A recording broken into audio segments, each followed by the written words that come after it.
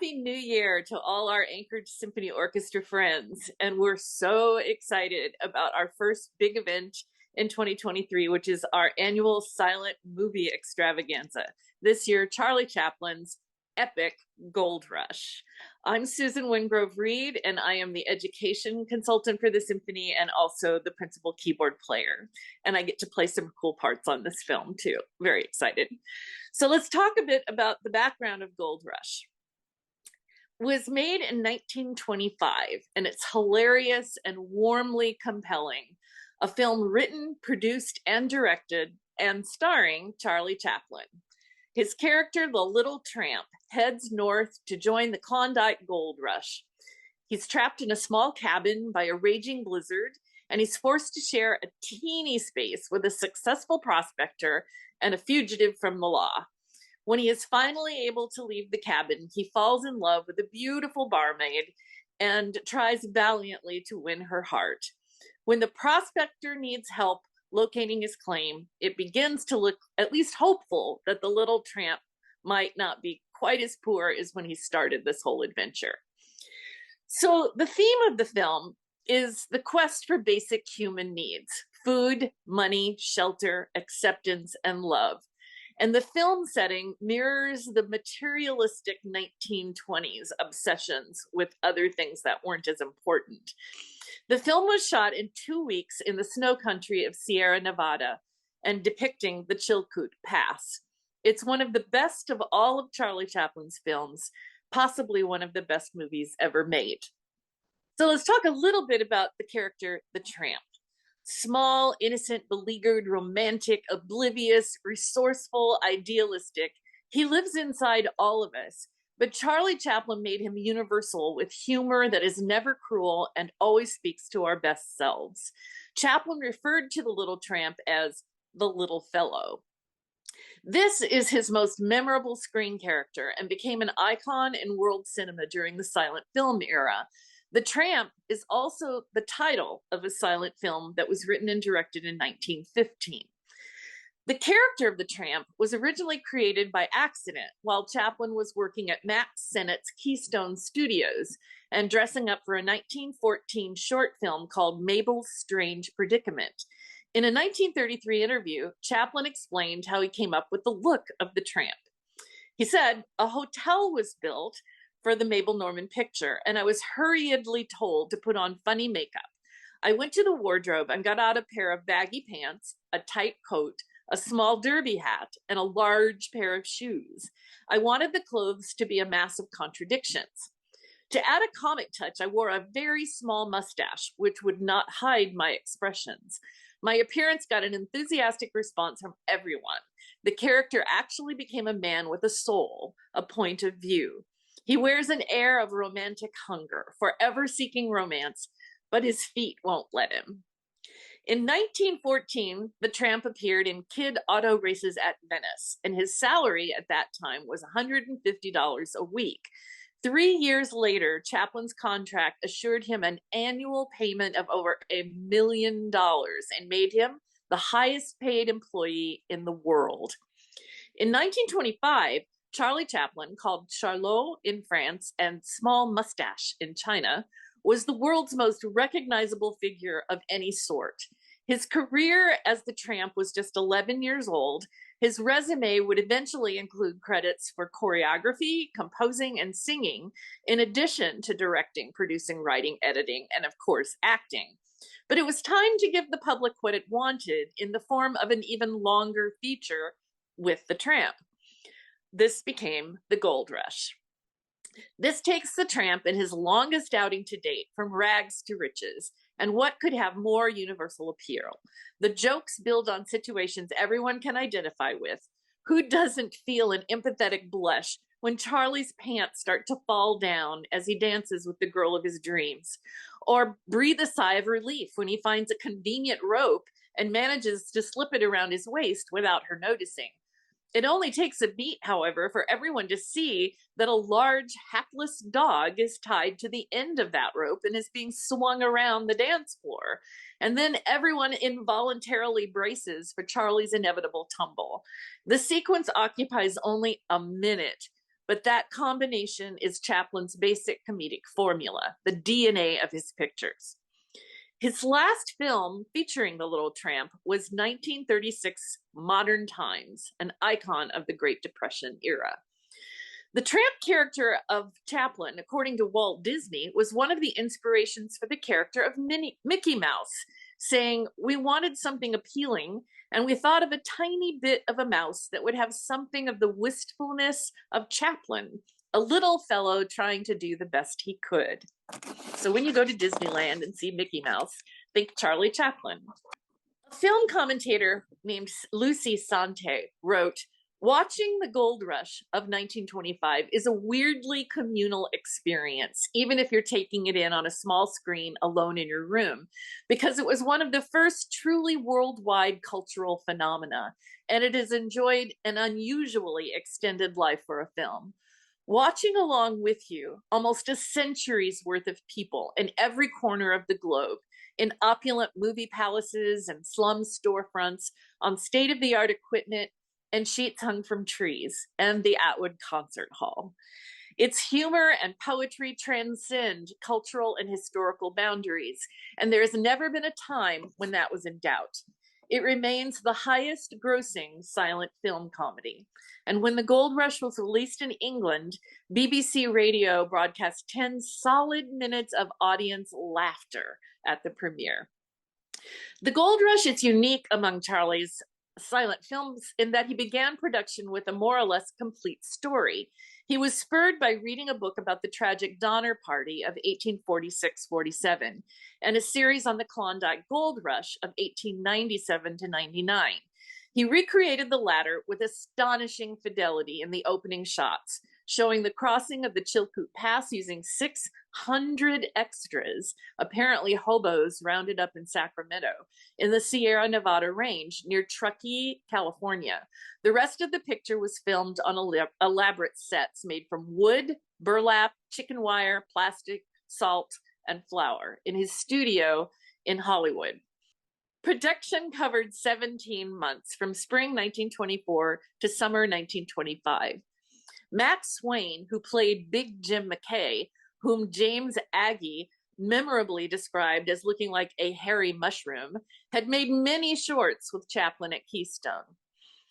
The story is a stew of elements drawn from dime novels, Jack London, and 19th century blood and thunder melodrama. Chaplin's tramp is here called the Lone Prospector, his costume unaltered except for the knapsack on his back with attached pickaxe and frying pan. Unsurprisingly, perhaps for a movie inspired in part by the Donner Pioneers, who were stranded in the mountains for months by snow and turned to cannibalism for substance, some of the most memorable sequences involve food. When the lone prospector is starving in the cabin with Big Jim, he resorts to boiling his shoe. After sacrificing the upper to Jim, he makes his own meal of the sole, nails, and laces, rolling the laces on his fork like spaghetti and relishing each individual nail as if they were the bones of a quail. The shoe and laces, by the way, were made of black licorice, the nails hard candy. So we have to talk about the music. Silent films were never truly silent. The live musical accompaniment provided in the theaters was a vital element of going to the theater. The first-class urban cinemas maintained orchestras of as many as 60 or more musicians. But then as films went out into the more modest regional theaters, the film might only have the accompaniment of an improvising pianist or organist, maybe supported by a violinist or a drummer. A director of Chaplin's sensitivity was very aware that good music added immeasurably to the effect of a film. Music figured large in his personal life. As a very young man, he toured the English music halls and had bought a violin and a cello, took lessons from music directors, and he improvised capably on the piano for the rest of his life, even though he never learned to read a note of music. The premiere performance of The Gold Rush in 1925 was accompanied by an orchestral score compiled by one of the most distinguished music directors for silent films, Romanian-born Carly D. Eleanor. Now, jump ahead to 1942, when Chaplin decided to reissue The Gold Rush, adapting it for a new audience that was accustomed to sound films. He himself composed and recorded a brand new score, working with a well-known popular musician named Max Turr as the music director. Turr then was nominated in 1943 for an Oscar for the Gold Rush score in the class of Best Scoring of a Comedy Picture. Now, a little bit of more history about what you'll actually hear during the film. Charlie Chaplin went to an opera for the very first time and saw Wagner's Tannhäuser, and this is what he had to say. I'd never seen a grand opera, only excerpts of it in vaudeville, and I loathed it. But now I was in humor for it. I bought a ticket and I sat in the second circle. The opera was in German and I did not understand a single word of it, nor did I even know the story. But when the dead queen was carried on to the music of the Pilgrim's Chorus, I wept bitterly. So it had a big effect on him. Perhaps no score he ever helped craft is more indebted to Wagner than that of the Gold Rush. This became Charlie's most iconic piece, and one that borrows rather liberally not only from Wagner opera, but from many works of Western classical music. The 1925 film's music is heavily reliant on a term called the leitmotif, a recurring idea that you hear over and over, especially identified with a particular character. And leitmotif, after what Charlie did with it, was to play a huge role in all of Hollywood film scores for years to come. The most obvious use of the leitmotif is the interaction between Georgia and the tramp. He utilizes a love theme that comes again and again as the two characters come together, or when the tramp ponders his love interest alone in the cabin. Chaplin brings in the flight of the bumblebee from Rimsky-Korsakov's opera, The Tale of the Tsar Sultan, for two bookended sequences in The Gold Rush. Early on, the tramp and Big Jim McKay arrive at Black Larson's cabin, and as Larson attempts to rid himself of the tramp, the flight of the bumblebee dominates, the scurrying chromatic notes seemingly in sync with Chaplin's fierce running in place as he tries to overcome the blowing wind from the door. Later in the film, the same piece comes back when the tramp and McKay fight to save their lives as the cabin lies on a precipice. The importance of this specific piece being used actually underlines the power of leitmotif. We are suddenly reminded of an earlier scene when the two characters connected and forged a friendship. They overcame starvation, and now, in this climactic moment, they will not only overcome another sure death, but will become millionaires. Remember about that earlier quote from Tannhäuser I mentioned about the opera from Chaplin? Well, the opera's famed Song to the Evening Star aria must have really impacted him, because he explicitly quotes it as a leitmotif in the Gold Rush. A few of the words from the aria that I would like to share with you are, "There you are, O loveliest star, your soft light you send into distance. Your beam pierces the gloomy shroud, and you show the way out of the valley." This aria yearns for hope, and Chaplin uses it to similar effect in scenes where McKay and the tramp are locked away in the cabin, longing for food. Initial quotations of the aria are brief, but each time it reappears, the melody is expanded, creating a greater sense of longing as it's allowed to develop. The score utilizes other quotations by Tchaikovsky and Elgar, creating what is arguably the most operatic score of Chaplin's career. The original 1925 score is preserved at a museum in Canada, but once the 1942 version was available, it's just really clear Chaplin was committed that this was the most appropriate score for the survival and his legacy of the film. There's storm music, fight music, love music, dance hall music, but there's also meticulously written music for hiccups, hunger, sleep, eating, hallucinating, snowball fights, suspicion, indignity, pride, and indifference, all key elements in the film and his music. There are wonderful uses of colors of the instrument, dark and melancholy string passages, colorful oboe and bassoon solos, brute force in the brass. Yet Chaplin uses to great effect, and most frequently, 12 bars of a short piano miniature by Johannes Brahms from his Opus 118 Klavierstücke, the Romance in F major. It's transcribed for the strings, and he uses this in both the tramp's happiest and saddest moments in the movie. Nobody knows how he stumbled on this piece, but why he chose it for the Gold Rush is evident. It works beautifully as an emotionally driven passage, and it can be interpreted in a variety of ways. It first appears 30 minutes into the score when the tramp sees Georgia for the first time, her hand lovingly extended to him, offering a tender greeting, except she's really offering her hand to someone behind him. So the music and the change affects that, and it's a marvelous moment in the film. Chaplin had a keen ear for music that portrayed poignancy and humor. The original size of the orchestra that you will hear, and we're going to be pretty much replicating this on stage, is 41 players, give or take a few.